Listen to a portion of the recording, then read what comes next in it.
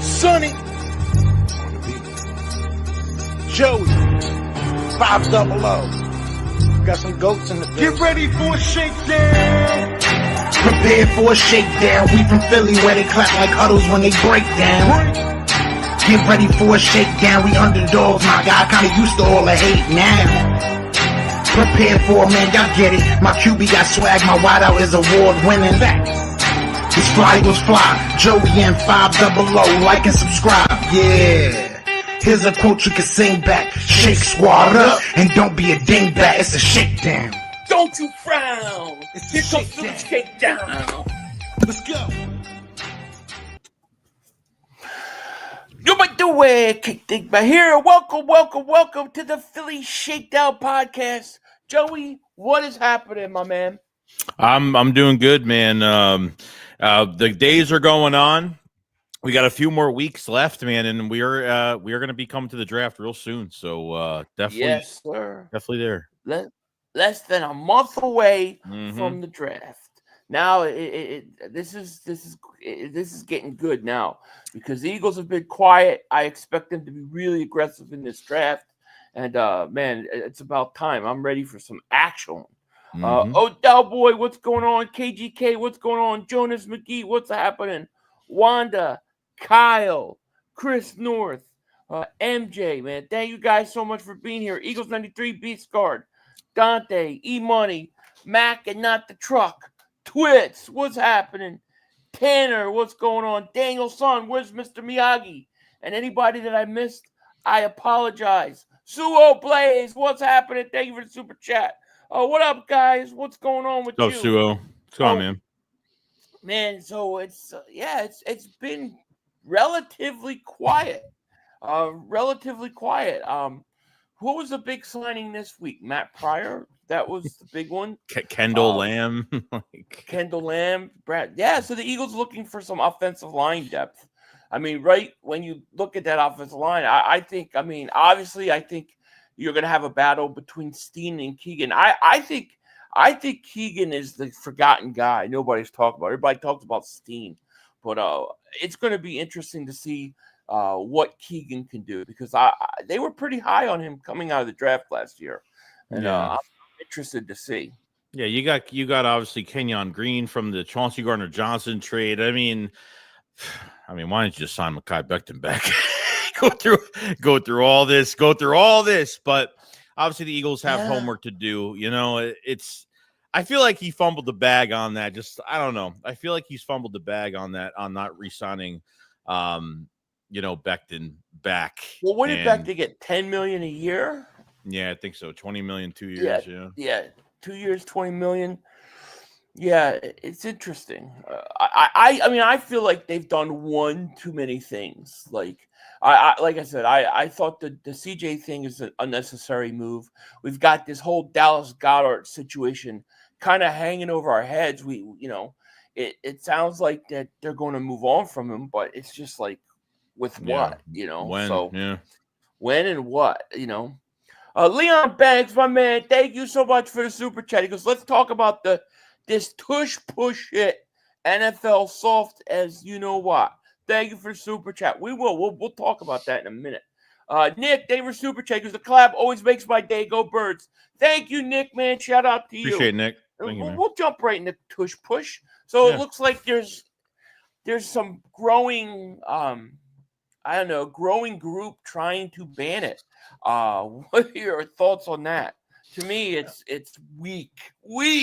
No, I mean, look, it's getting to a point now where it's a tush push. They're banning specific celebrations because they're tied to bad things in real life. I mean, it's just getting to a point now where they're just taking fun away from the game. I mean, it's to a point now where they're not even allowing trash talk in games, even just normal trash talk. And we saw that this year in the Washington game with Chauncey Gardner-Johnson getting thrown out of the game pretty much for no reason. Then he got his helmet taken off, and he gets thrown out of a game.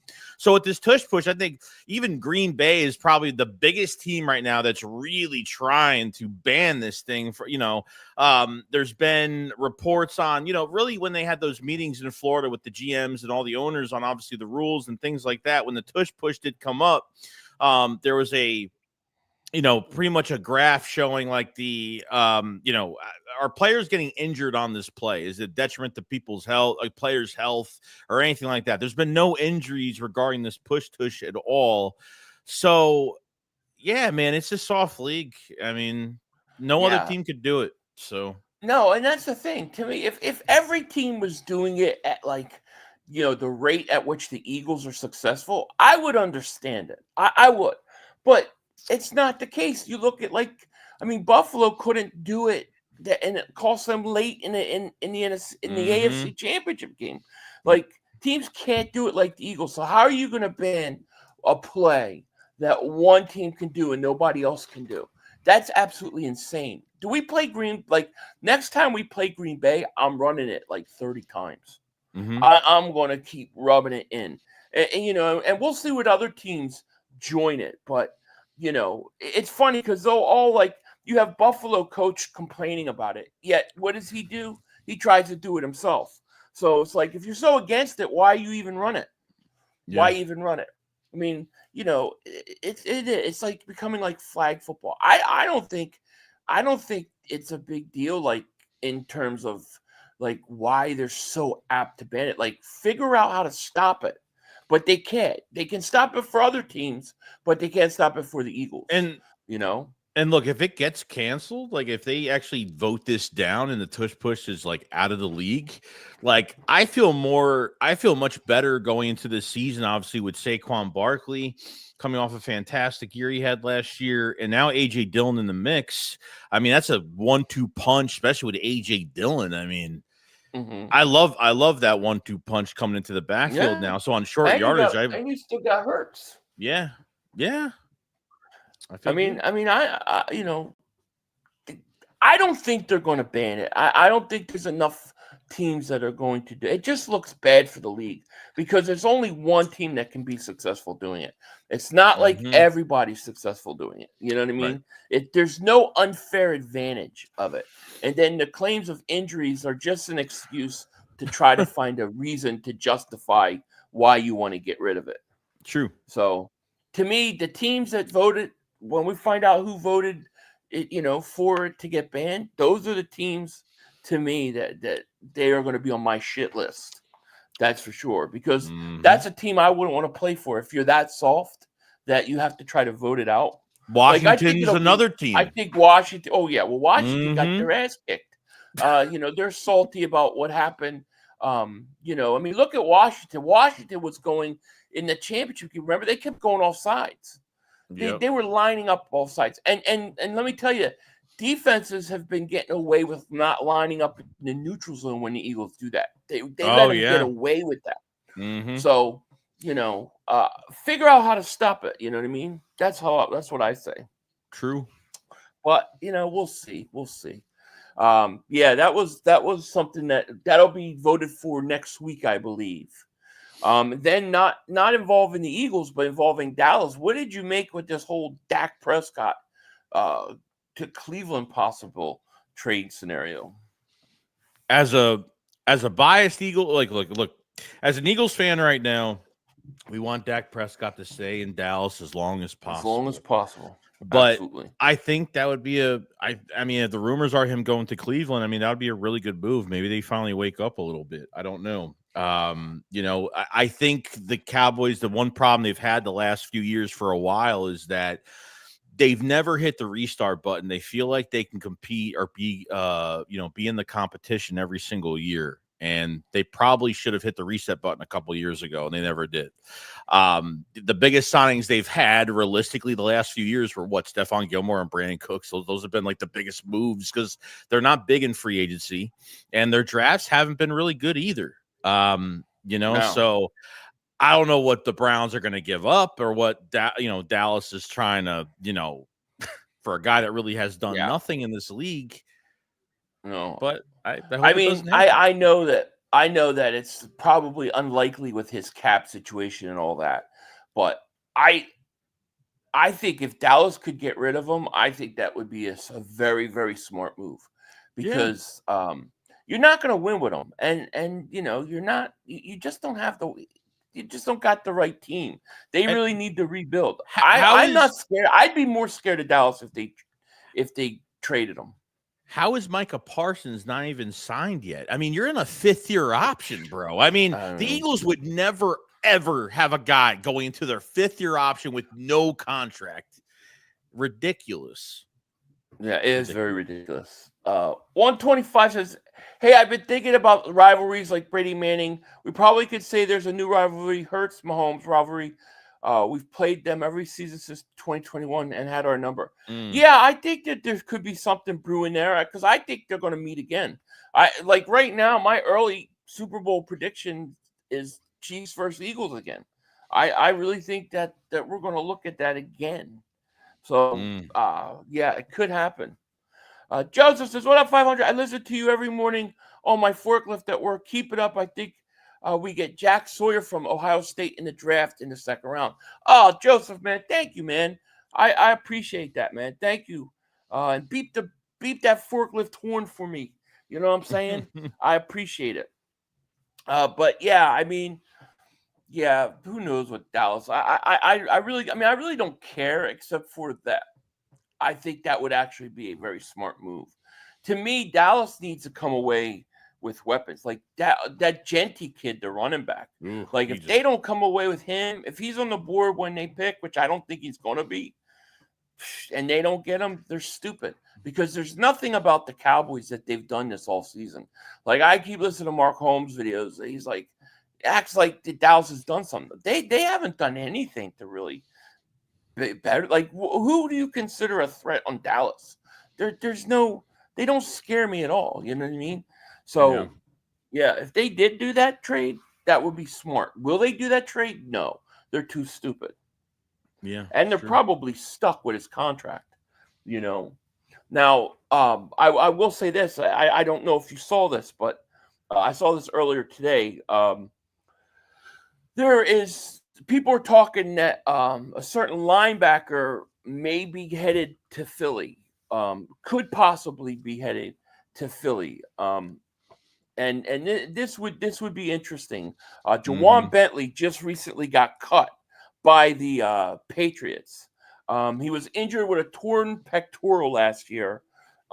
They cut him. I think he recently failed his physical, but it's March. And he could be a guy where people are saying he may be a good replacement to Oren Burks, because one of the things we've got to do is I still think we've got to add depth to that linebacker spot. We don't know when Nakobe Dean's coming back, so you need another linebacker. I mean, I'm all for giving Trotter a start and letting him, have the opportunity, but you got to have competition to battle with him, and you have to have depth. Jawan Bentley could be interesting. He's only 29 years old. So, I mean, not only, but, if you look at his previous years, 2021, 109 total tackles, 2022, 125, 2023, 114. He's been productive, kind of gives you that Oren Burks type vibe.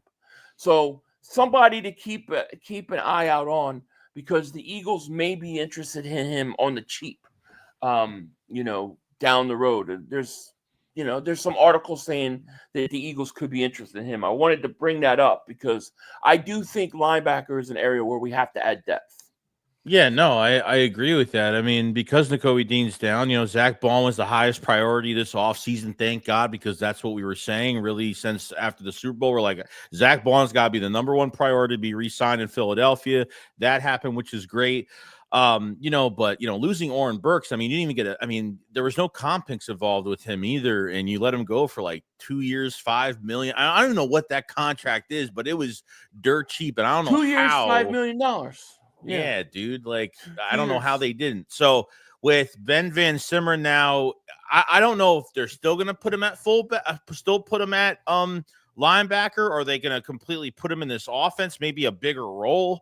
Maybe, Kevin Patullo is going to have some interesting ideas. I don't know. We'll see what happens when it comes to camp, but I think he's gotten better. Got hurt, obviously, with the knee injury before the Ravens game, but there's nothing else there. And obviously, you said it yourself, Fangio is not going to just give the job to anybody. He's going to make these guys work for it, just like Keely Ringo is going to have a chance to compete. Sidney Brown depending on what they do at safety, he's going to have a chance to compete. They're not just he ain't giving the job to nobody, especially Jeremiah Trotter Jr. So he's going to have to fight for it. And, I think they should still add another body in the draft. I don't see why not. You got 4 5th-round picks in this draft. They might go earlier. Who knows? But, signing a veteran like that would be nice for the year. Another guy coming off an injury, only played 2 games. I mean, you saw that, that when he's healthy, he's a tackling machine the last few years. So wouldn't be a bad idea. I'm surprised they didn't sign Orenberg. So, I mean, maybe he wanted to go and he got guaranteed a starting spot in Cincinnati. But 2 years, $5 million, not a lot of money. No. I mean, that wouldn't have killed us. We could have easily brought him back. He was very good in the playoffs. I mean, he was really good in the playoffs. So, that's another one of those head scratchers where I'm like, are we making one too many moves or what? Yeah, and I think the last thing, I think what stopped us just a little bit, I think that Bryce Huff contract just screwed everything up. I think he's sucking down so much cap space right now. I know that, I think his cap hit, I don't know what his cap hit this year. I forgot the numbers. I know it goes into the $20-something million range the next couple of years, but I think that contract is kind of a waste right now, and they have done nothing with him to free up anything. So. Oh, yeah. Yeah. And he's not going to start. I don't think he's going to be on the roster. I think post June 1st, they're going to get rid of him. Because I think if they wait till after June 1st, I think it's like $4 million in cap savings. Yeah. You got to eat some dead money, but I don't know. I mean, I think I think they got pretty decent depth on the edge. I think they're going to add an edge rusher early. So I think he's going to get pushed out. I do. Yeah. Nick, thank you for Super Chat. He goes, one of the best run stopping linebackers in football. Who? Juwan Bentley. Yeah, pretty good. I mean, if healthy, could be a guy to give us some depth. Chris Scott, member for 43 months. Thank you so much. My dream draft is in the first 2 rounds would be Tyler Warren first round by moving up and drafting, and then James Pierce Jr. in the second round by trading up in the second. Man, that would be like an A++ draft. Problem is I don't think Pierce Jr. I don't even know if he'll make it to 32.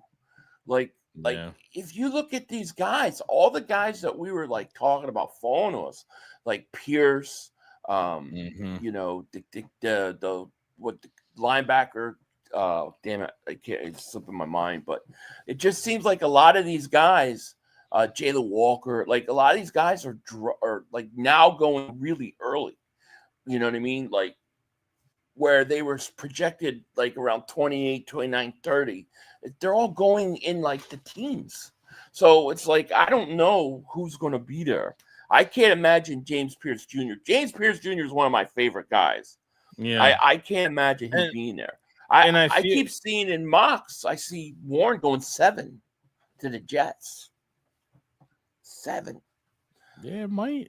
And you gotta look at it like this. Yeah. You gotta look at it like this too, because DT could be a big one in the first round. It might seem weird because we've already spent 2 first-round picks on 2 DTs so far. But think about it like this, okay? Really, it comes down to, are the Eagles going to be able to pay Jordan Davis after this season?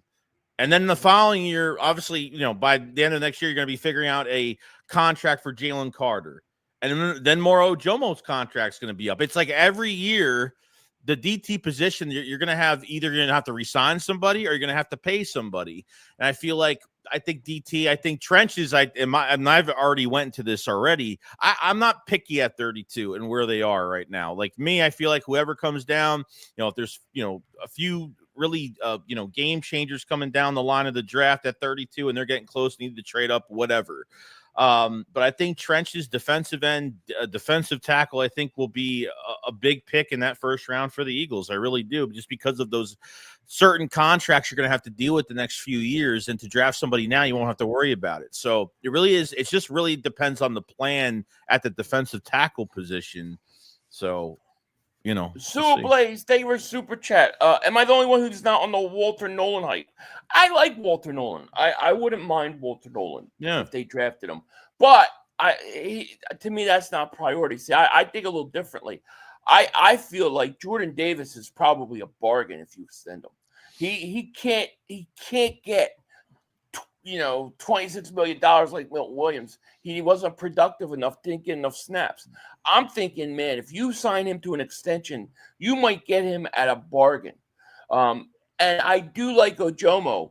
To me, I don't think they're staying at 32. Now, I like Walter Nolan. If he's there and there's nobody else there, I'm all for it. But I just don't see how you can overlook safety when you've literally got a gigantic hole at safety. Like, I have 2 defensive tackles that are ready to start this year that are first-round picks. Who do I have at safety? I don't have anybody. And if that kid and Nick Amon-Wari's there, dude, I'm all over that.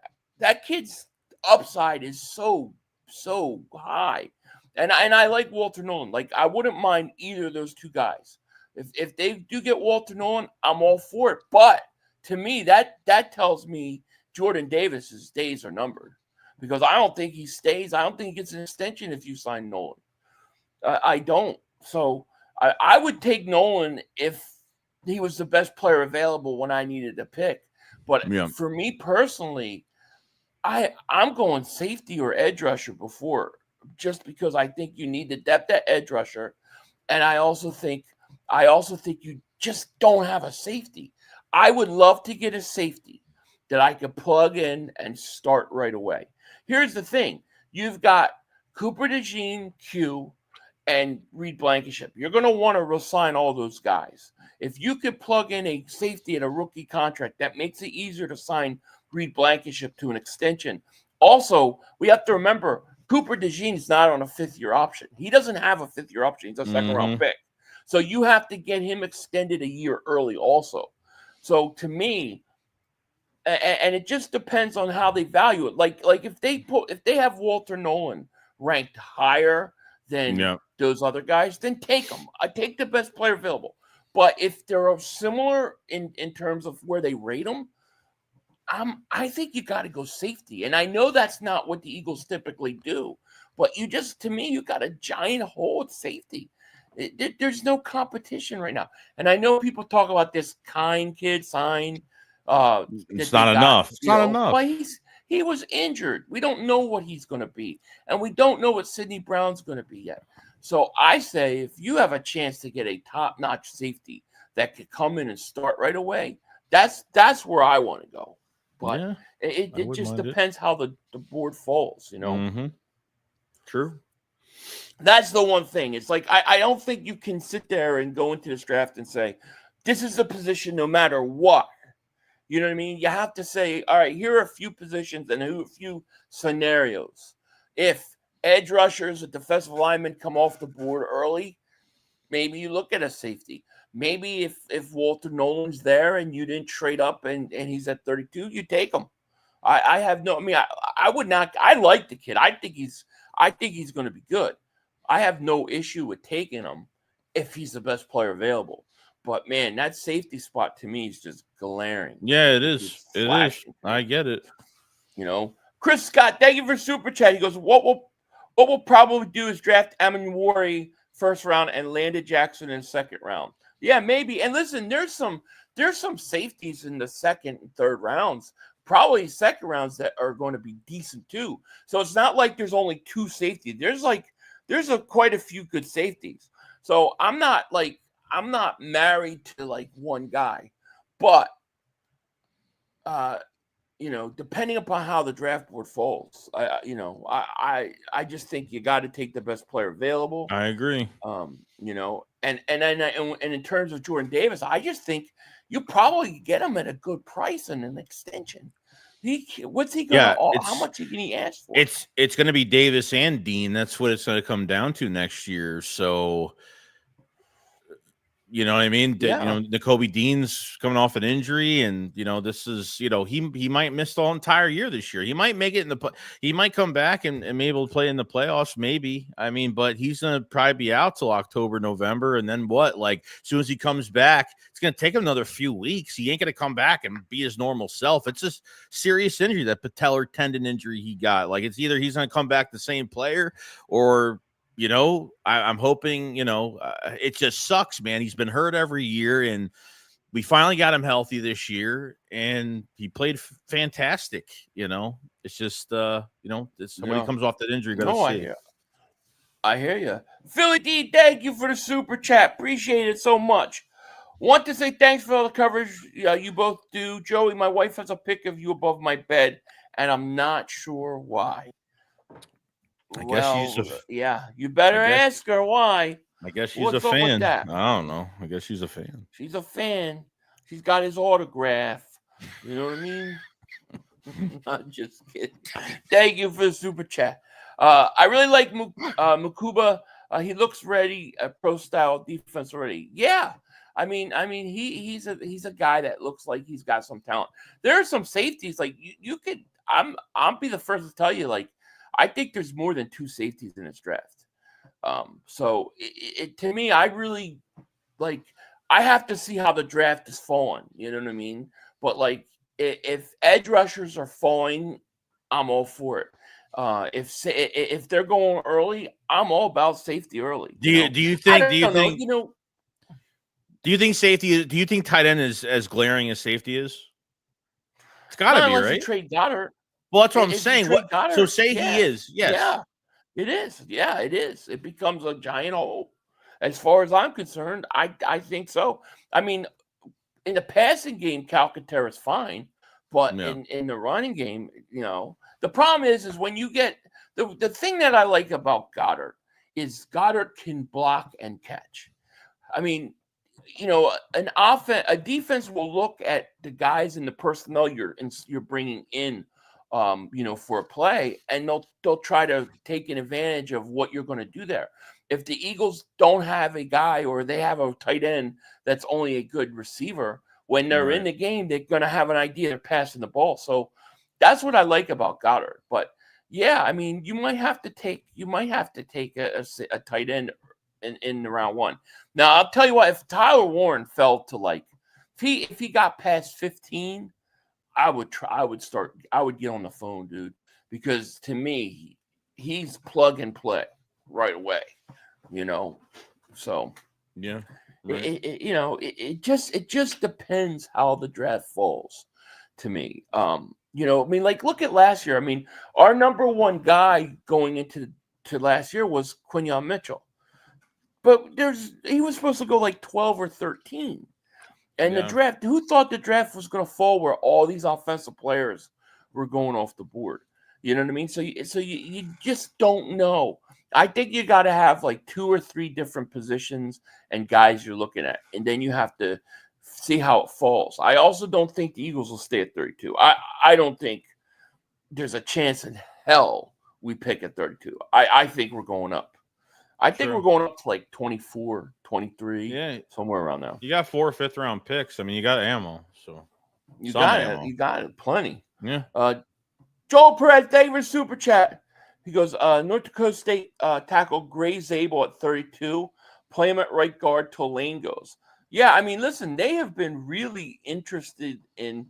If you look at their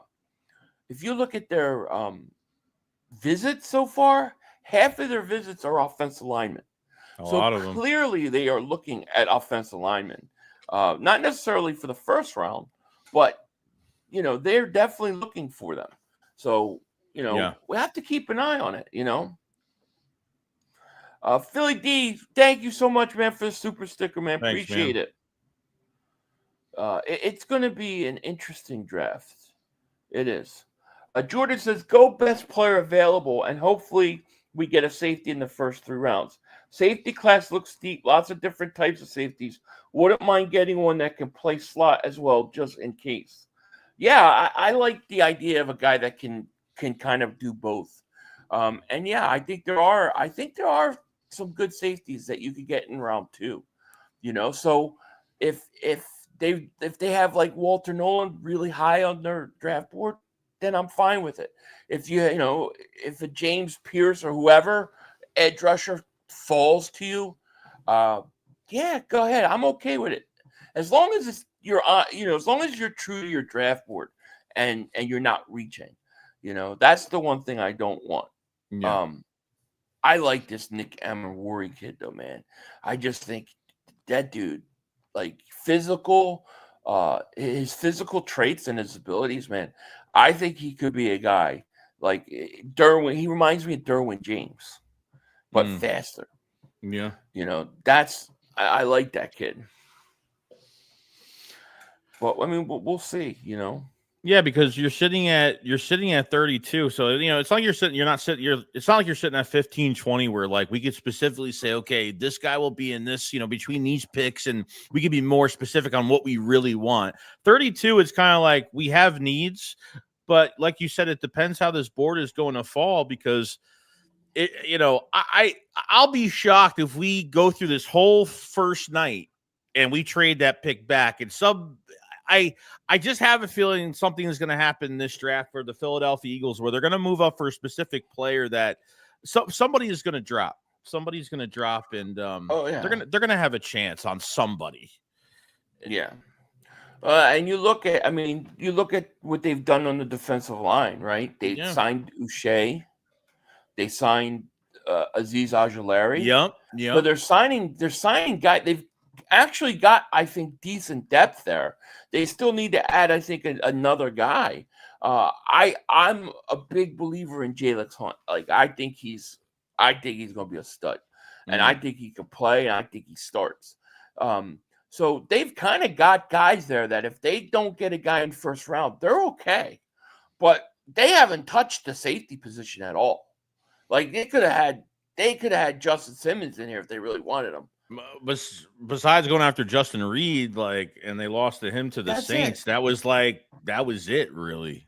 So, are they really trying to sign a bridge? I mean, I know. Well, that's the thing. And you look at then look at the fact that at the combine, the position that they interviewed and talked to the most was safeties. Mm-hmm. Remember that? We were going, well, that's weird. That's weird. Why were they doing that? And we didn't know they were going to trade CJ. What if they feel like they're going to draft a safety and plug them in right away and start them? Yeah. I mean, they had success with Q and Goop. Why not do it?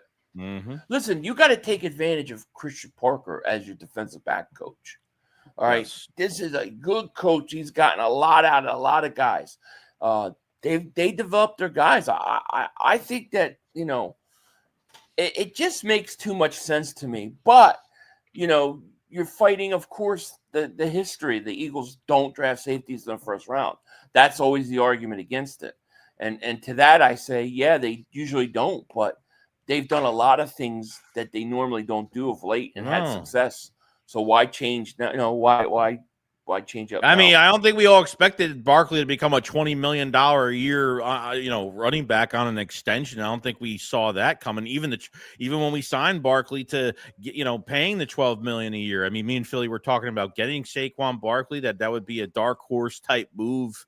That'll be a wild card ace move that they made, and they made that. And he was the last, the final piece to what we really needed for the offense. Paying Zach Bond at 27, 28 years old, they don't do that. They don't extend linebackers at, going to their primes realistically. So they're starting to change their philosophy a little bit now. I mean, drafting 2 DBs the first 2 rounds hasn't been done since the early 2000s. Things are changing. So, what else can they do here? We'll see. Yeah. Because what happens is the whole league seems to always copy what we do.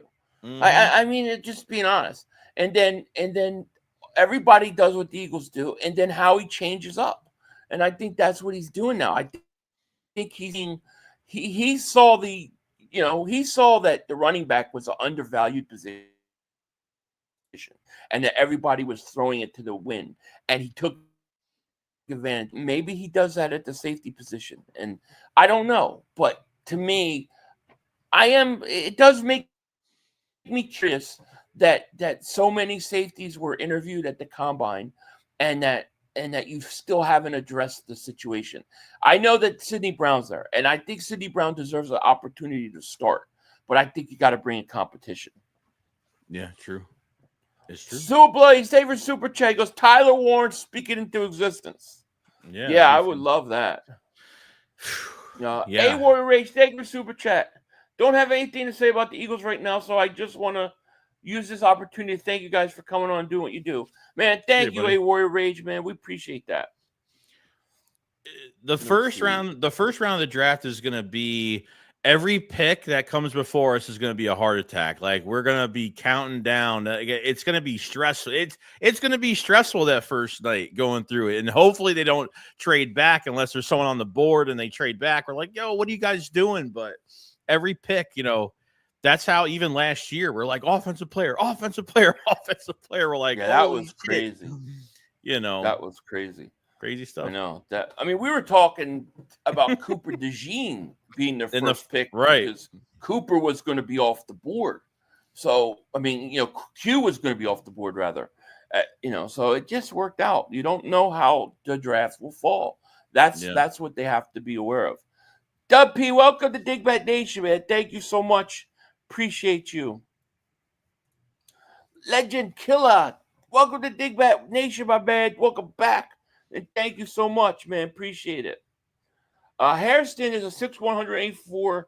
That's not small for a cornerback, especially who runs a 4.28. Yeah, the Eagles did bring in Hairston, the corner. That could be a dark horse position to draft, too. Could you imagine they go another corner? Then you have three. I mean, he would start right away at that outside corner. He would be your guy, I would assume. Then you have young corners, 3 of them. Damn. It's hard for me to imagine them drafting another corner in the first round after you went to the first 2. Yeah. Well, you never know, That's the one thing about defensive tackle for me, too, is you've got 2 first-round picks at defensive tackle. The only way I see him take a defensive tackle is if there's nobody left that they like and they're high on the board, or their plans for Jordan Davis are not long term.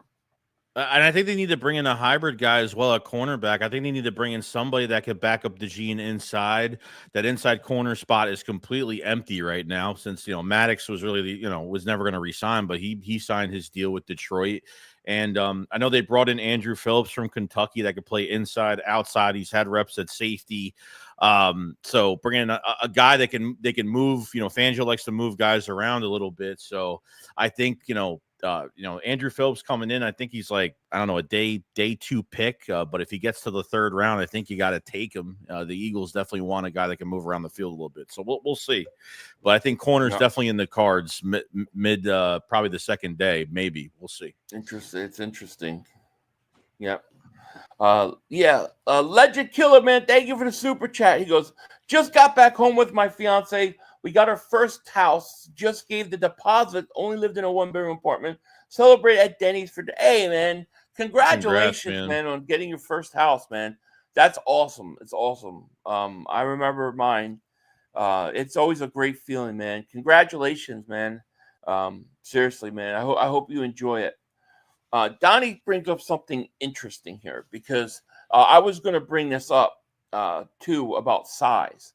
Like one of the concerns I think that we may look if we look at edge rushers trying to get a guy with a little more size. Donnie says 500. There's a big edge rusher that Vic Fangio is interested in. Tyler Barron, 6'5", 260. That could be a Josh Sweat replacement potentially. He's from the University of Miami. I haven't looked into him too much. But I do think that some size on that edge could be, a situation where they look, definitely. So, I wouldn't mind, I wouldn't be surprised, a defensive tackle, a defensive edge kind of tweener guy that they can kick outside at times. I think that's a great point, Donnie. Also, the kid from, was it UCLA they brought in? The kid. Yeah, Oluwafemi They said he's skyrocketing up the boards because of his athletic ability. He's like 263. Yeah, and he was an off-ball guy. Yeah, he was an off-ball linebacker first. Mm-hmm. Yeah. Yep. He's another guy. He's big. He's big, but I do think that size matters, though. Pause. Of course. Gotta pause. Pause. Yeah. No Diddy. Fabio Davis super chat. He goes, we need a big safety to cover tight ends. Now we're talking about big safeties covering. Now we're talking about tight ends. Now we're talking about tight. Here we go. We need. Yeah, look, I think Cooper DeJean could cover tight ends for you. I think, but I mean, I think a safety with some size. Pause. No Diddy. Come on, bro. I think. Yeah. I think. Yeah. Yeah.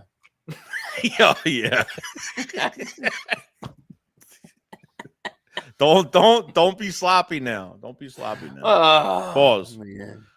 Pause. I'm having flashbacks of old bitter dingbats with the Fletcher Cox deep penetration. Oh yeah. Remember I remember that. Rocky, thank you for super chat. Adrian. We have a lot of interest in Malachi Starks. I believe so. I believe so. Now, there's some people that don't like him. He ran a 4.5 at the combine. But I think he's the way I see kind of him and Nick Amorwari right now. I think Amorwari is like the higher ceiling guy. I think Malachi Starks is the guy that's ready right now, more so. Like, I think you could draft him and put him right in there. I like both guys. Don't get me wrong. There's like 3 or 4 safeties. He's got that pushback attitude too. He's a dog too. He's got a great attitude. He's like Chauncey in a lot of ways. His attitude. So you gotta have that, man. I just that's the thing. I just miss that Chauncey swagger, man. I just don't like that. That killed it. That was a rough day. That to me is the big bump. Like I can get through losing Milton Williams, losing Josh Sweat, losing Darius. Like we talked about that a year ago that this was going to happen with those guys. Mm-hmm. But the CJ thing after like losing him to Detroit and then getting him back for a year and then to trade him for nothing and not have anybody ready to go, like it just is like a speed bump for me, you know? I just don't get it. Mm-hmm. Beast Guard, thank you for the super chat. He goes, how much would it cost to move up in the first and second rounds? So we're picking in the same spot as last year, somewhere in the 20s and 40s. Is it doable? I think it's definitely doable. To go from 32 to the 20s, you probably could do it for your first, third, and then probably like a late pick the year after. I think you could do it if you want to. I think the Eagles will do it in the first round. Like, I think they're going up into the 20s. I think early 20s. I think somewhere between 20 and 24 they're going. So I think you're going to see it in the first round. I don't know if they'll do it twice, though. But, you know, if opportunity presents itself, why not? I would do it. You know, Nick Amorwari would be a dream fit for Philly, though. I think you're right. I think you're right. Tanner Davis super chat. He goes, does Vic not trust Brown last season? I'd say no. I don't think. To me, it's like you can't grade it because he's coming back off of an injury. But you know, if you look at the Eagles and the way they've done things, is they've liked to have competition. Like they want Ringo to win that outside starting job, but they brought in Adoree Jackson to push him, right? You know, and I think if you just hand it to Sidney Brown, I think that's dangerous. I think you've got to have open competition. Now you might draft a second round safety and let them compete, but you know, if you draft a first round guy, you're probably going to start that guy. But I think you give him a chance, but I just don't think you should be writing him in and assuming that you're okay there.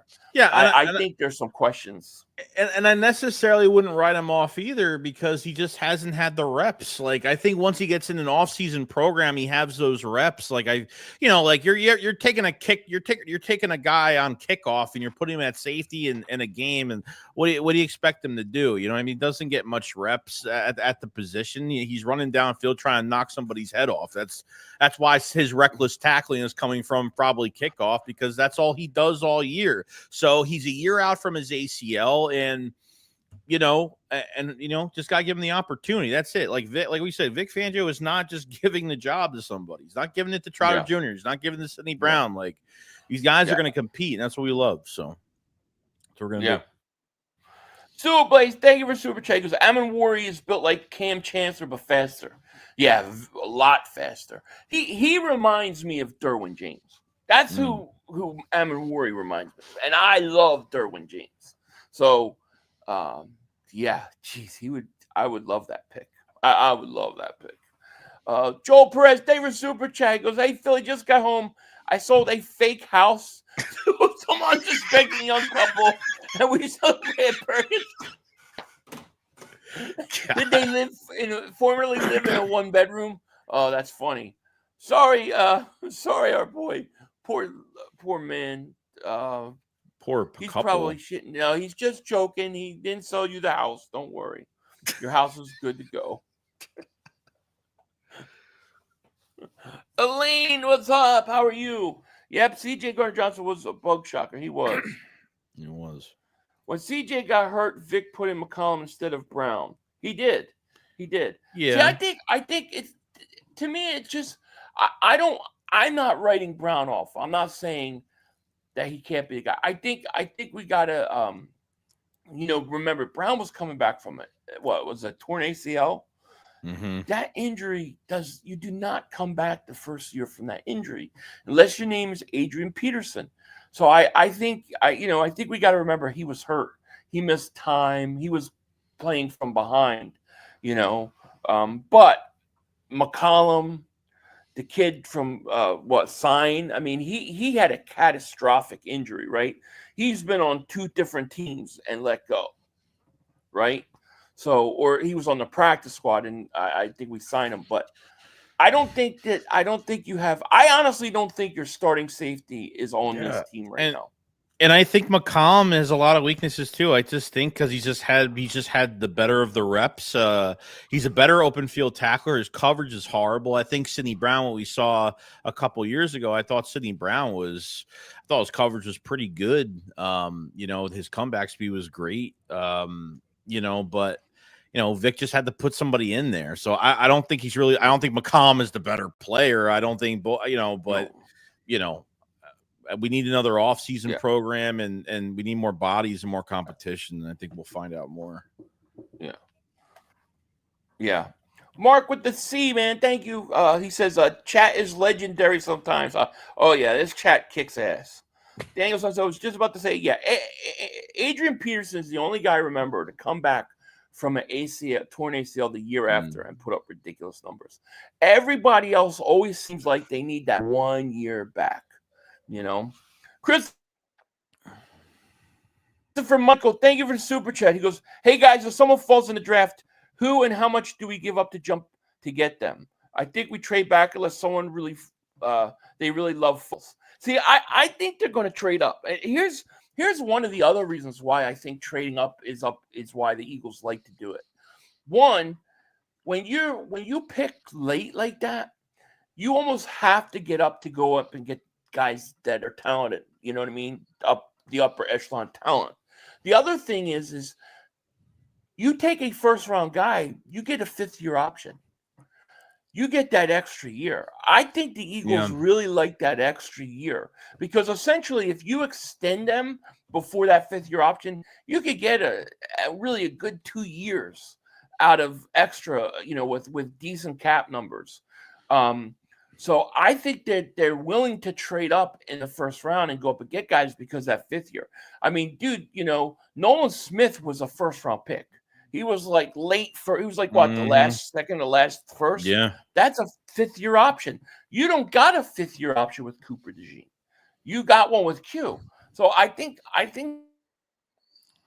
that's why they also will do it. But I tell you what, I think they trade up most likely, but they trade back before they pick at 32. I just don't think they're picking at 32. And look, if there's like 3 to 5 guys that are still on the board and they feel like, they could having that 32nd pick is interesting too, because there's going to be a lot of teams behind them on the second day. There's going to be a lot of teams that are going to be trying to trade up.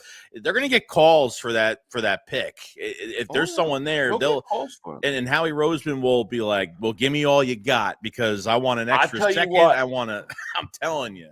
I'm telling you what, I'm not trading it unless I get a first next year. I get a first-round pick next year. I'll straight up give you the pick without a second but I need that first-round pick next year. But I don't know. I think they're trade. I mean, when's the last time they trade back? I can't remember. Did they trade last year? They didn't. They just stayed put last year, right? They didn't have to trade up to get Q, right? No, they didn't trade up. No, they stayed. Right? But they trade up for Jalen Carter. They trade up for Jordan Davis. They trade up for Devontae Smith. They trade up for most of those guys. And I think they're going to have to do it this year. I just think the way this draft's falling, I mean, are you going to really sit and wait to 32, or are you going to move up and get a guy, So we'll see. Yeah. We'll see what Dino, man, David Super Chat. He goes, "What up, fellas? You think we could trade Dallas at the draft to move up? Also, which running backs you like most in this draft?" I mean, I think Gentry's the best running back in this draft. I think he's going to be really, really good. And to me, I'm praying that he goes to the Raiders and not Dallas. Like, I do not want him in Dallas because I think he's going to be an explosive player, and that's the kind of guy they need.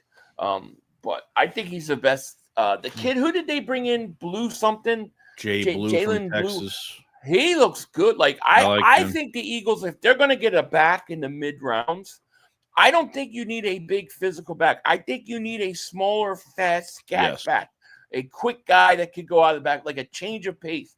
You need a lightning to your two thunders. You know what I'm saying? Bro. He ran 4.28, 4.29. Quick breakaway speed. He's fast. Yeah. And he caught 46 balls, I think, last year. So he's a guy that I think would be a great pick late, because I do think they needed to add that running back. Mm-hmm. Leon Banks, David Super Chat. He goes, Dak's the only quarterback in the NFC East who ain't making an NFC title, and he ain't making it anytime soon. He ain't. Dallas is dead. They're dead to right with him. They're done. They keep him. The longer they keep him, the worse it's going to get.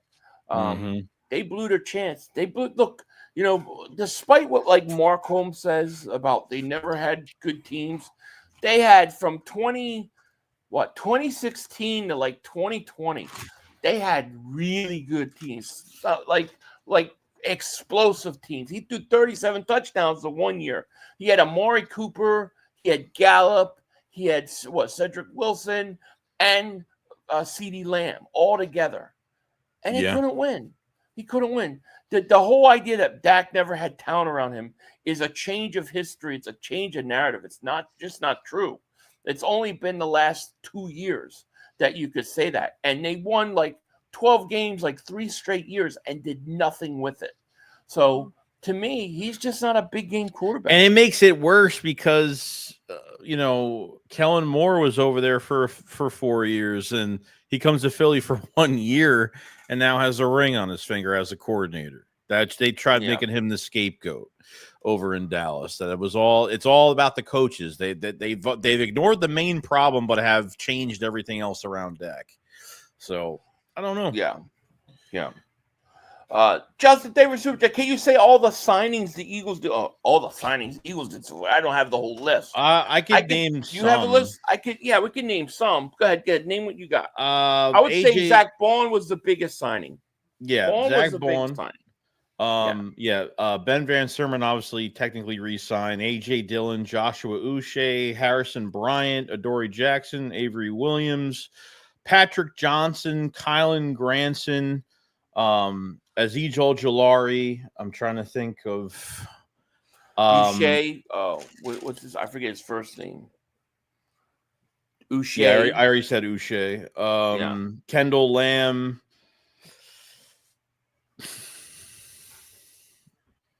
Who else? Matt Pryor. Adoree Jackson. Mm-hmm. You said Azeez already. Yeah. I think that's pretty much it. I think. That's all I can think. It's all spitting. I mean, that's it. Matt Pryor was recent. Yeah. Joshua Uche is who it is. Harrison Bryant. Who the hell is that? Tight end from the Raiders. I don't remember. Oh yeah, that's right. Yeah, we got the tight end. I don't know about those tight ends, dude. Oh, and the long snapper, Rick Lovato's gone. I forget the long snapper's name. I forgot his name. Yeah.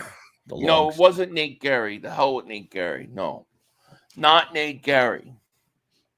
Yeah, it's been Yeah. it's not a breathtaking off season where things are happening and we're flipping out about it. We already knew this, No, it you doesn't. know. It didn't have to be. No. They've drafted so well Mm-hmm. that you don't need to go out and make the splash. They've got the foundational piece. The question is, in my mind, the questions that I have are who's playing safety, who's starting at safety, and who's starting on that outside corner. To me, and then what's going to happen at the linebacker position? Those are the three questions I have going into this all season, And then if you trade Goddard, you create another hole. Like then it's like, okay, well, what are we doing at tight end? So, but I mean, like I know, like I like Milton Williams, dude. I'm telling you, Ojomo's a player. Like I keep hearing like Cilio and other people are like, well, the Eagles lost 7 players, 11 players, and they have to like 5 starters. It's like no. Yeah, guess what?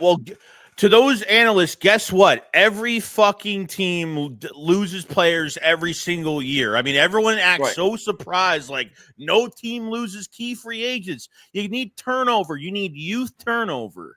That's the game. That's the way it goes. The more you draft well, the more money you'll have for free agency. And obviously with a smart GM like Howie Roseman, he knows how to move the money around and he knows how to, put guys in the right positions and he has the coaches for the right job to make these guys successful. That's been really our biggest problem the last few years has been having consistent coaches that are sitting here, and producing these guys and getting a skill set out of these guys and producing day one, year one of the season, year one of, their careers.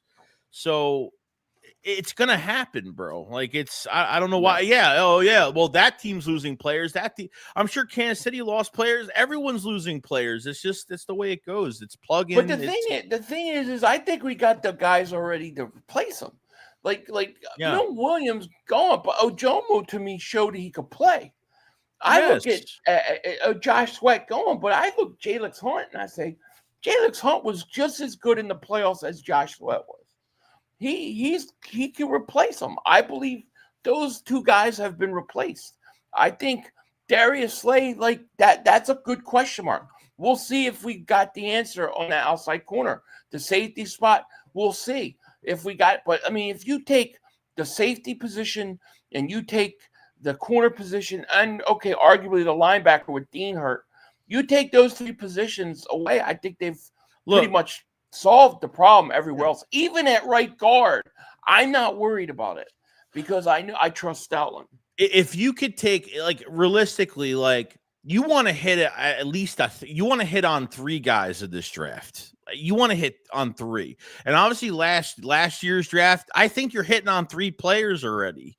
So with Jalix Hunt starting to be productive now, Cooper DeJean, Quinyon Mitchell, we know how that draft went last year, but we're, back a while ago before we started drafting well, we were hitting on first rounders at times, but we weren't really doing well in the second. We weren't really doing well. You know what I mean? Like, unless it was an offensive lineman or a trench, something like that, we were doing pretty good, but we're starting to really hit now. And just think about it. You ace at least 3 guys in this draft. Your first rounder should be on the field. Your second rounder should be on the field. Your third, fourth rounder should be role players. Your 5th, 6th, 7th rounders are, hit or miss type guys that hopefully could fit into the system and can produce the next couple years, whatever. Okay. Then, you ace this draft. And then in 26, you got 12 picks in that draft. You have 4 comp picks being rewarded to you next year in 26. Like, that's going to be big for the Eagles. And I think they're going to add to those. I think they're going to add, like, one of those 5th rounders is getting traded to a team for a draft pick next year. It wouldn't shock me. So got to rely on the draft 100%. And we have to trust them. No, absolutely.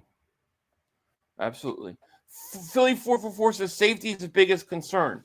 Yeah, I mean, to me, I agree with you. I think safety is the biggest concern right now to me, too, because you don't have a clear-cut guy, and I don't think you have great depth there. Like you just don't.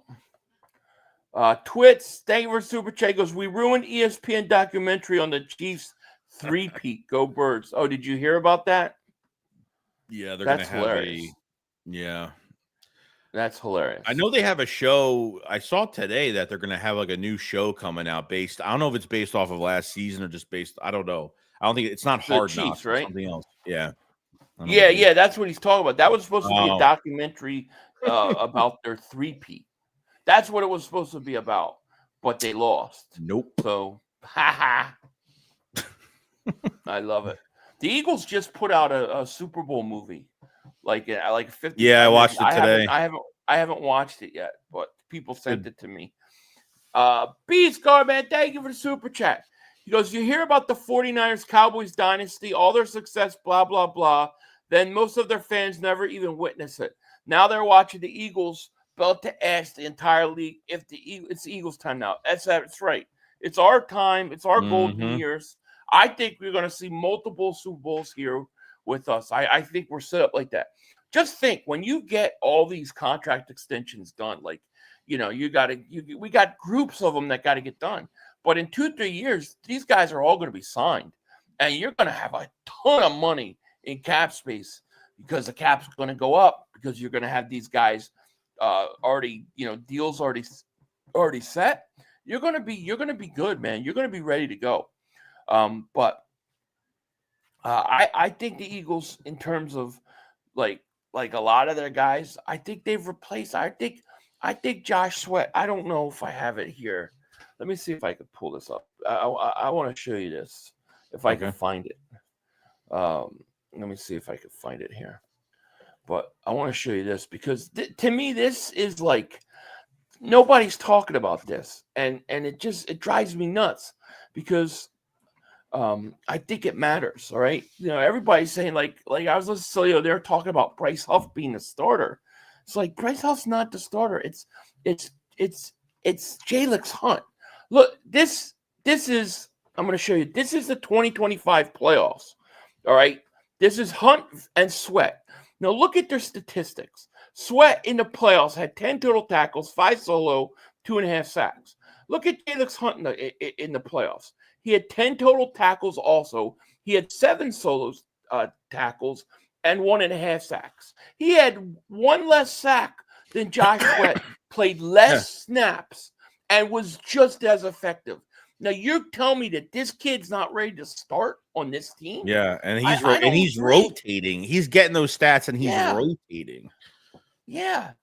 He's ready to go. Nolan Smith's ready to go. These guys are going to surprise a lot of people next year.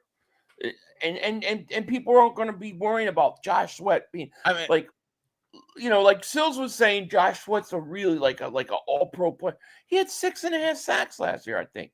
Or maybe 8 or something. I mean, he's a good player, don't get me wrong. Yeah, right. But he's not, he's not Reggie White.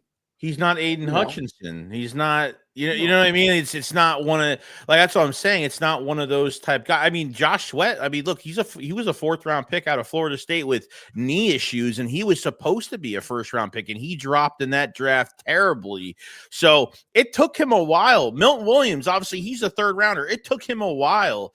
Josh Sweat, he didn't explode his first year when he was here like some of these other guys are. Like, that's why Philly, like, the Eagles have been lacking that big size pass rusher on the edge. They've been lacking that apex predator threat on the edge that they really haven't had. So and Chris Aguilera is going to be beast. I think Aguilera. I think he's going to rotate in, but I think he could get you 8 sacks next year. I do. He could be the breakout guy too. I mean, he's got a lot of potential. So here's the question, because I don't think we talked about it, because he's adding to Ojulari's contract. It's saying, we're going to put these 4 voided years on his contract, which means that he's making room just in case for a possible extension. The same for Adoree Jackson. He's putting these voided years, some loophole to try, I guess, for extension purposes. Like, do you honestly think that if there's one guy, they're like, damn, like, I don't know if we can let go of this guy, like, what if Ojulari? It might be. Yeah, I think it will be him. Yeah. And the big one more thing. The big thing about Joshua Uche is that he had the 11.5 sacks in 22, but realistically, when he was traded from the Patriots to KC last year, now Spags was on a podcast and talked about how because his defense is so intricate and it just takes. It was really hard for him to learn the defense mid-year, and it's hard to do that when you get traded mid-year. Depending on what position you are, it's hard to learn a brand new defense. And Uche just, unfortunately, just I think he only played 6 games last year. So this is a guy that's going to have an entire offseason with the Eagles under Vic Fangio and this coaching staff, and under Clint Hurt. Yeah, I think those two guys have some high ceilings to really put up some numbers and really showcase. I agree.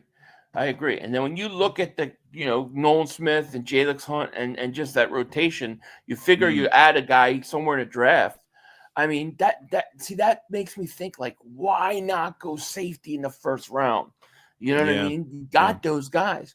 Might need to move up 13 against Starks or Amon Worry. Yeah, I mean, you might need to move up. Hopefully not that high, but I think the defensive line is going to be better than people think. I do. And Ojomo, I mean, he was like, at the end of the year, he had the highest sack rate percentage, dude.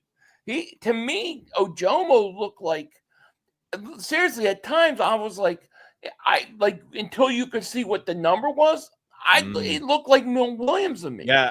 I think he's on the same trajectory as Milton Williams in development.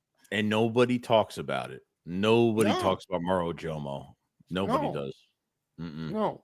And I think he's going to be good. So, to me, I think the defensive line at the end of the day is going to be really good. And I think they're already good. And then you look at this draft, it's a defensive line heavy draft. Well, that means the Eagles could find defensive linemen in, early in the first. They could find guys probably in the second and the third round. And to me, when you also look at that, and then you say, all right, well, Myles Garrett got $40 million. Micah Parsons is about to get over that. How many of these teams want to pay edge rushers all that money? Or are they going to say, geez, let's get our guy in the draft and get him on a rookie contract so we don't have to worry about it? And then you're going to get this heavy run on edge rushers in the first round. Maybe that springs a Amon Worry, a safety into a spot where you could get them. They're going up. The edge rushers are going 30+ million right now. Okay, and to 40 million with Myles Garrett and with Jalen Carter, God knows what that contract is going to look like, and I'm afraid to see what the numbers are going to be, because it might even be 50 million. I don't, because he's generational, bro. Like, he's not. It's serious. It's serious. Ski Mask Howie might just stay at 32 and move up to second. I'd be shocked, man. I would be shocked. I'd be shocked. I think the play is to move up in the first because of that 5th-year option. You don't mind giving up the extra pick when you get the extra year, But, I mean, who knows? We'll see. Yeah, Ojomo was a 7th-round pick. That is correct. Everybody's saying there. But he's developed. You look at the development. I don't care. Once you're on that roster, I don't care what your pick was. I care how you develop. And if you look at his 2nd-year jump, it's very comparable to Milton Williams' 2nd-year jump, and we'll see how it turns out. Milton Williams had 4 years with us. So, we'll see what the other 2 years goes, but I think Ojomo's ready to take the next step and be that primary rotational guy to come in if need be. Now, maybe they draft a Walter Nolan or somebody like that. I think a guy like Nolan, I think that depends largely on what they think of future of Jordan Davis's. Like, if they're like, we're not signing him to an extension because we got to pay Jalen Carter and he just doesn't play enough snaps, then so be it. Then I think you got to look at Walter Nolan. Yeah, like they're looking at the future contracts at defensive tackle, and every year, like I said, they're either re-signing somebody, or or someone's up for a payday, whatever. Yeah. I mean, that's what it comes down to the next few years, and obviously drafting a DT. I don't want them to go crazy. It's best player available to, no analytical picks. No, this guy was top 5 in testing. Like, I'm not saying that all those picks, some of those picks have worked. If it's for the 3rd, 4th round, sure. Like Milton Williams was 100% analytical pick that's worked out. So I get it. Yep. Jolo says, "What up, 500 Joey? What's going on, my Jolo? man? How are you?" Nick, thank you for super chat. He goes, Ojomo looked like Carter a lot. Used his club move. He did. He really came on at the end of the year.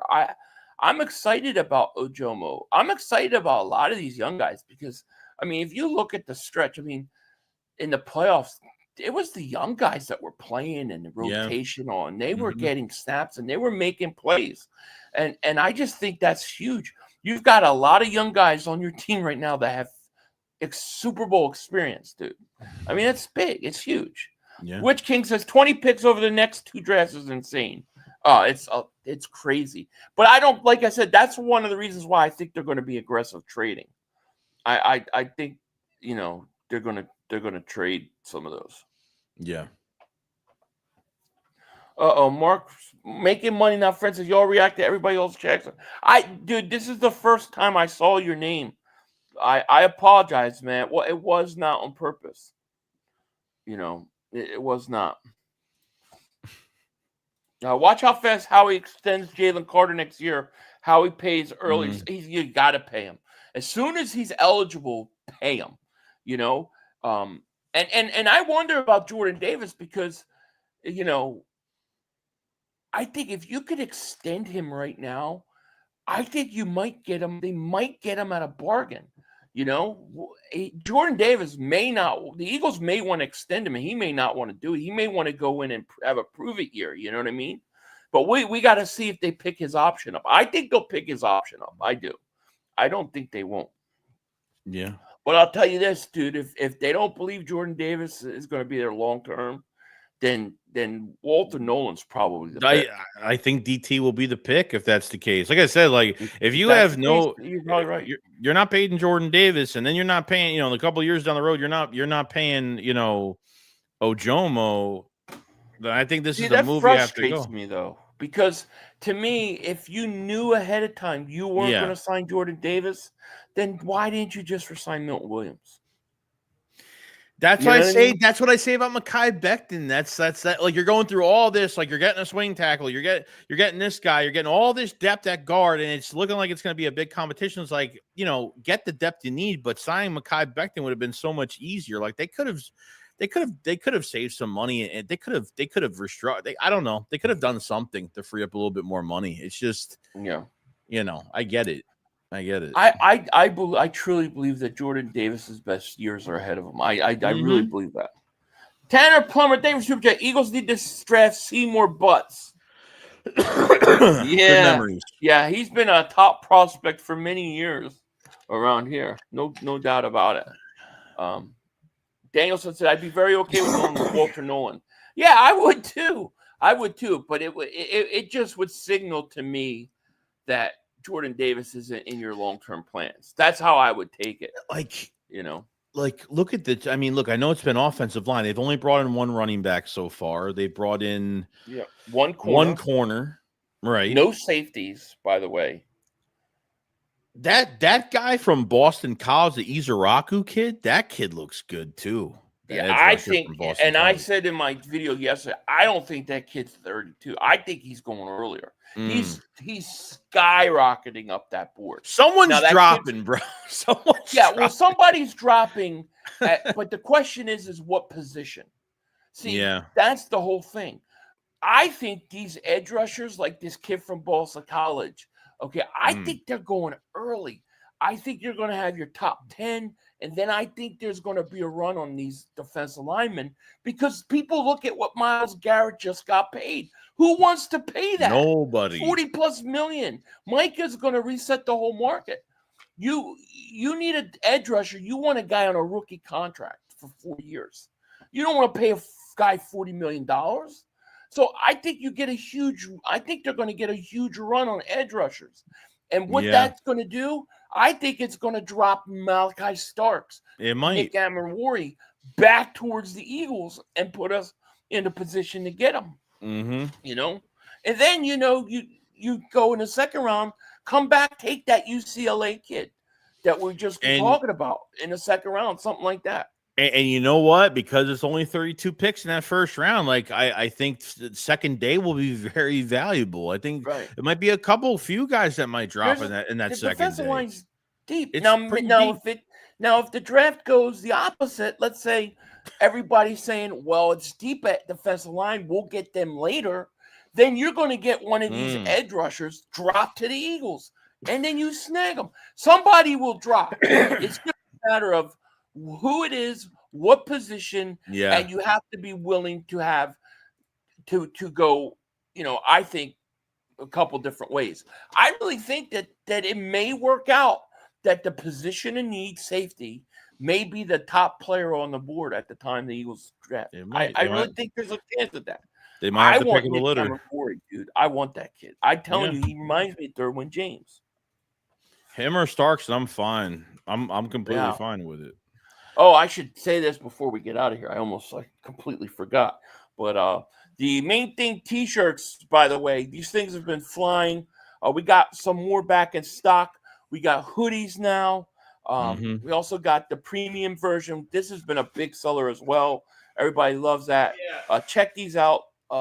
Link is in the description. And I think Joey just put it in the chat as well. So definitely in the chat. And these I got mine sent. Oh, you got one. There you go. Got mine sent. Looks absolutely fantastic. The champions got the Eagles logos on the part of the sleeves. Looks great. Fantastic. Go order yours today. Absolutely. Danielson says, I want one of the following: Amenwari, Starks, Pierce Jr., Azariaku, or Nolan. Yeah, I mean, you know what? That's pretty much my list too. I don't know in that order, but I would have, Amenwari, Pierce Jr. are probably my two favorite guys. I really like Walter Nolan as well. Yeah. And then this kid from Boston College is very intriguing. Yeah. And then, the UCLA kid, good guy. Yeah. It's deep, dude. Like it's deep. It's deep. See, and I think the Eagles are looking at look, we're going to go back to the Super Bowl. We're going to be picking these late picks, for years to come. We got a lot of picks the next few years. We need to go up, and if we identify the guy we like, we need to go get him. And I think that's how they're going to handle it. Yeah. Yeah, it's going to be exciting. And then once you get done with the draft, you get in the training camp. It's going to be really exciting to see, which, these guys got to stay healthy, obviously. But I think there's going to be some competitions. I think you're going to have some healthy competitions going into this camp. It's going to be more exciting to get into that. So it's going to be good. I farted hardcore. What kind of name is that? 500 faces get chiseled. You lose a little bit. Not enough, but a little bit. We're getting there. Both picked first round top 10s. That's very fair comparison. Who's that? Which one? I have no idea. It'll be interesting. I mean, what if you get something crazy like a Tyler Warren falls to 18 or 19? I mean, you got to try to make a play for him at that point, no? So who knows? Yeah, you just got to know watch how the draft falls. I think that during the draft night, which we will be streaming, I think we'll be watching this thing fall, and I think we'll probably have an idea 2 or 3 guys that it's going to be by the way the draft's falling. You know what I mean? Because I'm telling you, if it's going heavy defensive line, I'm going to want to go safety. I don't want the 5th, 6th best pass rusher when I can have the top safety. Yes. That's how I look at it. You know what I mean? I get that. Yep. So it just depends. I mean, offensive line's another one we got to keep an eye out. They're bringing in a lot of linemen. Now, a lot of those offensive linemen that they've brought in are not first-round picks. So, what if they use the combine to interview safeties, and they're using the 30 visits for the mid-rounds? And the combine interview was because they're going to target a safety in the first round. Yeah, I mean, maybe they don't want to show their hand from the pre-draft. Don't visits. show their hand. Yeah. Right. I mean, Possibly. If you look at the guys they've brought in, look at all the guys they've brought in. How many of those guys are first-round picks? Maybe 2 or 3. Yeah, I mean, everybody else is not. Whoever even if they bring in the offensive line mid-round, there's somebody on this roster that's look. You have Lane Johnson to your right, and you have obviously what's his face? Brain fart. Jurgens. Cam Jurgens to his left. I mean, you're looking for one guy, and there's a lot of bodies. They're bringing. There's a lot of offensive linemen out there. They're bringing in on these pre-draft visits. A lot of guys that have had a lot of reps at guard, a lot of reps at tackle. Yeah. They have their swing tackle with Kendall Lamb now. He's 32 years old. He'll be 33. A lot of starting experience. That's the Fred Johnson replacement because Fred Johnson signed with the Jags for 1 year. So. You're really just looking at that guard. You got your and the kid from Houston. They got in the CJ trade is your Mekhi Becton replacement, right? First round talent that hasn't developed. Now going to work with Stoutland. Yeah. Let's see what the kid could do. I'm telling people, keep an eye on Trevor Keegan because he might come in and he might surprise some people. Yeah, there you go. Now, Kelsey was on WIP the other day, and he talked about Tyler Steen and that he just doesn't really have. He's off balance. He's not really consistent. So, what's up with Kelsey? He's fucking pissing me off. He's pissing me off a little bit. I can't. Well, we haven't really had time to miss him, because he's just been a celebrity. I think that could be the problem. You're like best center, one of the best centers ever, and all of a sudden you leave and you retire, and the Eagles go and win a Super Bowl without you. You don't even go to Brandon Graham's. You don't even go to Brandon Graham's retirement press conference. You don't even go there. Cam Jurgens, nobody. See, and that's what I'm saying. Like nobody. Everybody last year was like, "What are we going to do without Kelsey? What do we do without Kelsey? We don't know what we're going to do with Cam Jurgens." Jurgens came and played great. I think it's like that right now with Milton Williams and Josh Sweat. I think we've got those guys. I think it's going to be the same thing. Season's going to start. Those guys are going to play. We're going to forget about everybody we lost really quick. Sewer Blaze, David Super Chat. He goes, Oladeo is a third rounder. We're up to something in the first. Yeah, well, maybe third, second. I mean, he's got Jalex Hunt vibes. Like a guy who's made the switch to a position, clearly very talented. We'll see. It's going to be interesting. Rocky David Super Chat goes, Kelsey's been annoying. He sounds butthurt. Yeah, he just shows up to WIP. It's tough for him. I mean, it's got to be tough for him, right? It's got to be. You leave and nobody misses you. Like, and you can't really have time because he's on every channel. Go make a Cinnamon Toast Crunch commercial. I don't know. Yeah, here, send me some soup. Kelsey needs some of that absence to make his heart, to make the heart grow fonder. It's true. It's true. Jason is catching up to his brother, right? It's just like, I mean, to me, it's very interesting that Kelsey retired and Cam Jurgens came in, and look, 2-3 weeks in, you weren't thinking about Kelsey. No, I think the same thing with Josh Sweat this year. You're going to see Jalex Hunt go out there and play. You're not going to be thinking about Josh Sweat. I really believe that. It's going to be interesting. Andrew Makuba in the third, possibly a very talented player. 500 Joey, how much influence do you all think Fangio is going to have on this draft? I think he's going to have some. How much? I don't know. I don't know. But what I like about Fangio and this is what I'm excited about the Eagles. Clint Hurt, Bobby King, Christian Parker, they're all developed talent. They develop these guys. And I think whoever comes in will be able to do that again, No, yeah, I agree. The only time I mentioned if Jurgens was good as Kelsey was the first week or second week, and that was the last time they mentioned after Jurgens blew it up. Agreed. Yeah, Nolan Smith could be rolling them dice. So I think Nolan Smith has 13, 14 sacks this year. Yeah, I think he became a star in the playoffs. a star, and you know he's got the injuries coming back from, but I expect big things from him. You know. Yeah, same. It's crazy. But he says Jason should have supported the Birds full stop. Just say, I want my brother to do great, but I want the Birds to win Super Bowl. His floundering was womanly. It was very womanly. And then he cried about it. I mean, look, Like, maybe the 3-peat thing was very important. So maybe there was just more meaning to Travis winning the Super Bowl. I guess that's what he felt for him. But they just beat us, dude, a couple years ago. Like, and you had your that Kelsey movie that came out on Amazon Prime, and like he was so, like, you saw like how just so upset he was over it. But I don't know. I don't know. I'm so off with that whole family now, and just his wife has a podcast now that nobody even cares about. Like, no one cares. No one cares. what Like, do you mean, dude? I'm getting ready for I'm going to watch it today as soon as I get off here. That show on Monday night, that 11 o'clock late, that is the corniest shit I have ever watched. I've never watched it. His younger self is coming out on stage. He's like, what, he's like, I want to play I'm going to be an NFL player. It was so corny. I don't know. I don't put it against him. Like, good for him.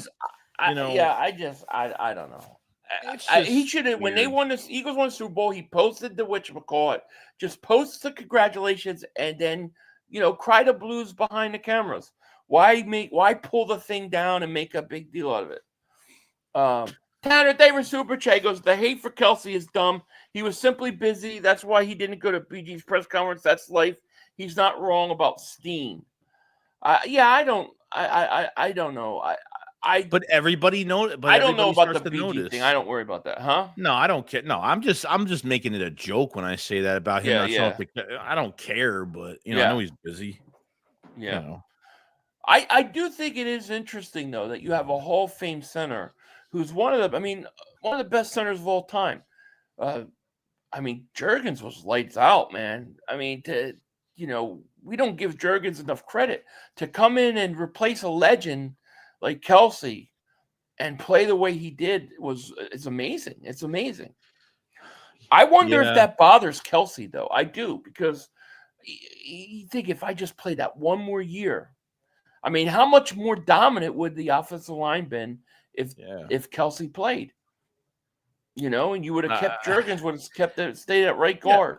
Oh, and we know Juergens is not on Kelsey's level yet, but he's very good right now. Like, he's good. He was really good. Yeah. Yeah, so we'll see. But anyways, guys, we're well over we're an hour and a half in. It is time to end this. What you got going on tomorrow? Nothing. Just we'll have probably a video out tomorrow, and we'll just we're getting towards the draft now. We're almost there. So if you guys didn't know either, we will be streaming every day of the draft. We'll have the Matt Corrals on. We are going to be ready to go. So we'll see what happens soon. Tanner says 500 Joe, you did seem genuinely pissed that Kelsey wasn't at Brandon Graham's press conference. I was. 500 just lit a flame under me, and I don't. You'd have to show me where I was pissed. I don't care. Like I said today, when he retired, I was like, I didn't care about that. I think I said that in a live stream. So I don't know anything about Kelsey's plans. It doesn't matter to me. I never was pissed about that. I could care. Like, have I missed him? No, not at all. Like, that stuff doesn't bother me. Not really, at all. But... No, I don't care about stuff like that. That's none of my business. What a guy's got going on, you know what I mean? He's walking around. I don't care where he is with his flip flops. I don't care. It has nothing to do with me. I don't care. Yeah. Just wear shoes. I'm good. No, I don't care. No. I just think it's interesting because I wonder what he feels about the Eagles winning the Super Bowl and him retiring. That's what I wonder. Yeah,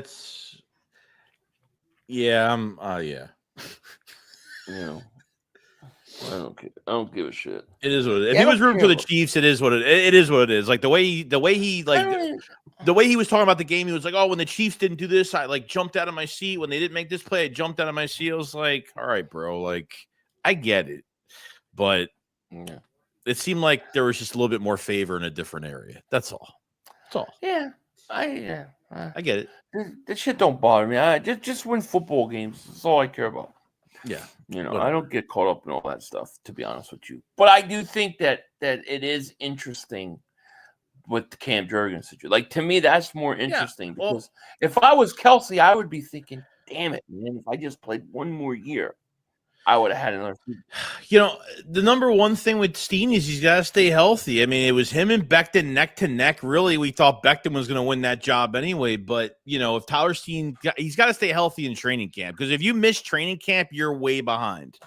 So now there's more bodies at the position. They're going to draft another body, another couple bodies. We'll have a few undrafted guys coming in. So there's going to be a lot of – he's got to stay – you know, he's got to stay productive and stay healthy. So, Yeah. Actually, if you read my chart, I always knew Jalen. He was Jalen's demise. Some people felt that was the case. To be honest, I've heard that before. I don't know if I believe it. I wonder though. Like, all right, so Barkley almost breaks the record, right?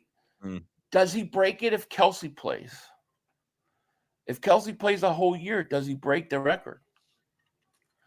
I mean, does Kelsey make that much of an impact? Was he that much better than Cam Jurgens? I wonder. I think he would have. I don't see why not. If Kelsey stayed healthy all year, sure. Yeah. No, but I mean, I'm glad Kelsey's got things going on. I have no problem with Kelsey at all. Like, you know, the Super Bowl thing, I thought he just needed to post the thing and be done with it. But whatever. 500. My brother. Oh yeah, that did annoy me a little bit. Like, you were pissed. I know you were pissed at that. That annoyed me. It's just like, what are we crying for? Like some like serious moment. Like your brother's got 3 Super Bowl rings. What are you crying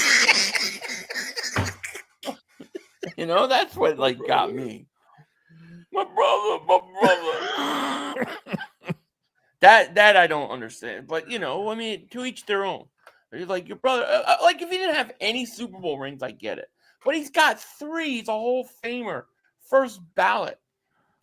You don't. I mean, look, as a player, it probably hurts you so much. Where you know, I for some reason because we're just fans, we look at it at that interaction on their live stream talking about, you know, how he feels about losing the Super Bowl. And is it really that serious? You know, it probably is because they are the players that lose those moments and it probably hurts them a lot. So I get it. But for me, it's like as a fan and I watch that, I'm just like, I can't take it as serious because I'm not a player in the league. I don't know. So maybe I haven't been on that side, obviously. So you get up, you go to work. Yeah, you work for nothing. These guys make so much money. You couldn't even imagine how rich these guys are.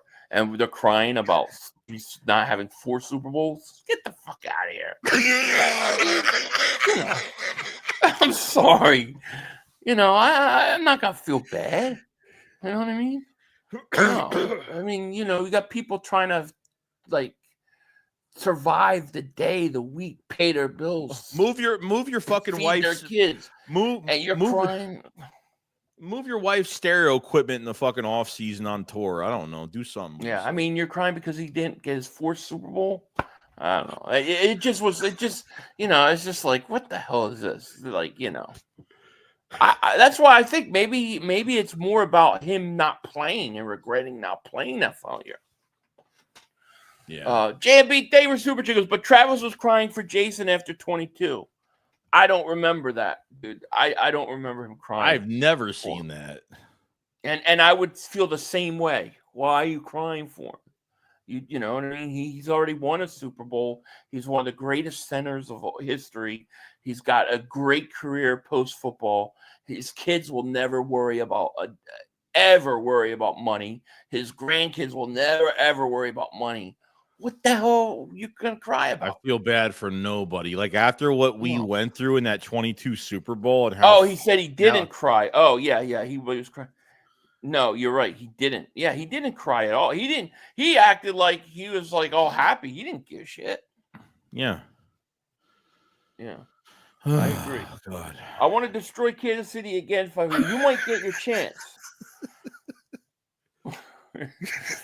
Oh, my brother's about to retire. Well, that's what he did in his comment. Oh, but my brother. You got me kidding. Come on. You know, I don't know, dude. I don't know. I'm happy for him. Like I love Kelsey. He's a legend. But I just don't feel bad about that. Like, you know what I mean? I can't feel that pain. I just can't relate. You know what I mean? No, because we were hurt after 20. That 22 Super Bowl, we were hurt. Yeah, it was horrible. And then going to 23 and having that ending of a year that we had, like we didn't know what was going to happen. Thank God we straightened up a little bit. Danielson says, "You take our happiness once. I want to take it from you forever." That sounds like a Mr. Miyagi quote. You know what I mean? You take happiness once, I take it for you forever. I like it. 500 and like the Watson defensive tackle who's over 460 pounds. I think you think like some.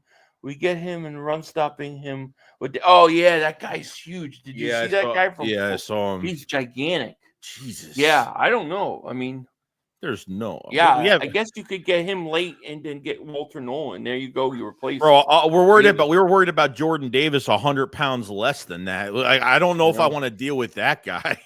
I don't even know if I want to deal with that. I know. How fast was he though? That's the question. Bonzology, he's showing no mercy. Stick your fantastic life and stick it up your ass. Wow. Wow. Holy crap. I don't know, man.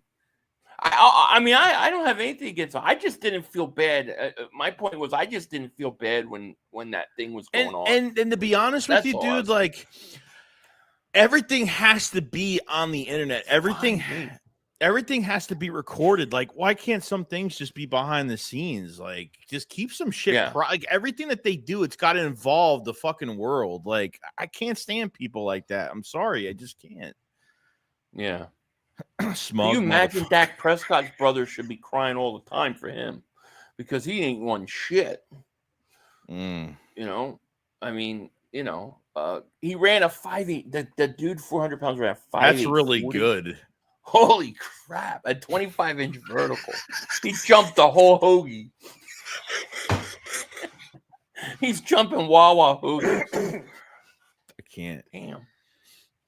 Yeah, that's pretty impressive. We'll see who gets him. We'll see. Everybody will try to get him because they want to be like the Eagles. They want their Jordan Davis. Yeah. We'll see. Not all right, guys. Well, it is time to go. We better get out of here before I don't know who we're going to start talking about next. I can talk about that shit for hours. Like, I could go on and on about that for hours. Yeah, I just don't think about it, but I will admit that the crying thing, he totally lost me on that. Same. Oh, my brother. Yeah, that didn't feel that at all. Yeah. You didn't get your 4th championship. 4th championship. Oh, well. It's crazy. Yeah. All right, guys, we got to get out of here before I say something even stupider. But you guys have a great night. We will talk to you later.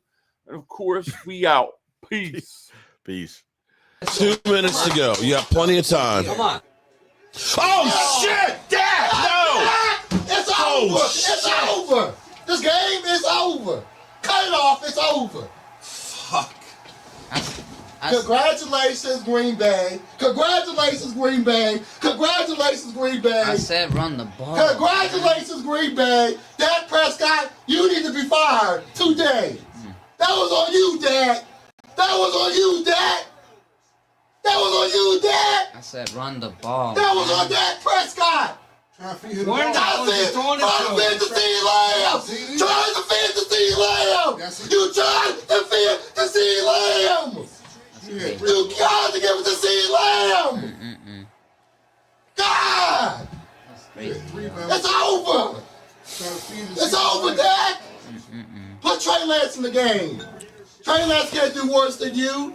I'm an idiot because I buy into this shit. I buy into this shit. Because here's the thing. I am a grown-ass man. And I talk the talk. It is killing me. I feel it coming. I feel like it's going to take Jerry Jones taking.